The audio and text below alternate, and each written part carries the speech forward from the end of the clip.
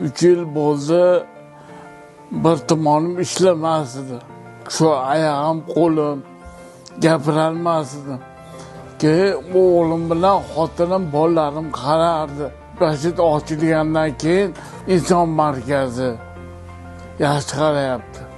O'zgarishlar, oyog'im ishlayapti, qo'lim ishlayapti, sal-pal gapiryapman bemalol.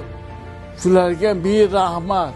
Men bu yerga kelganimdan keyin o'g'lim ishli bo'ldi. Chet ochilgan ekan, mana ancha yaxshiman.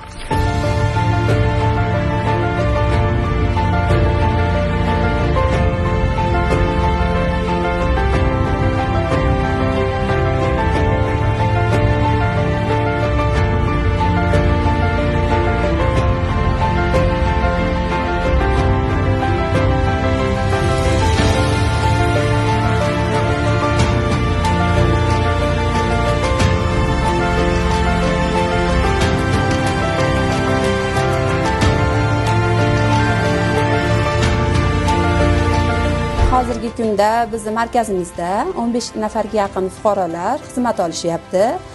Ulardan 7 tasi ayollar, qolganlari erkaklar. O'sha ertalab kelishganda nonushta qilishadi. Nonushta qilishgandan keyin parafinimiz bor, massaj qilamiz. Shu orada shug'ullanamiz. Ularga to'plar qo'yamiz. Keyin massajni to'plarimiz bor, ularni qo'yamiz.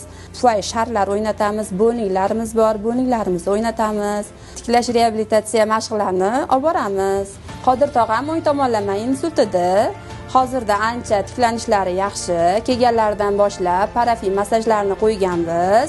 Gimnastika qo'l mashqlarini qilamiz. Hozirda ancha o'zgarish bor. Xizmat oluvchilarimiz bu yerga jalb qilingandan keyin ularni parvarishi bilan band bo'lganlar ish bilan ta'minlandi. Ayrimlari tadbirkorlik bilan shug'ullanyapti, ayrimlari xususiy sektorlarga ishga kirildi.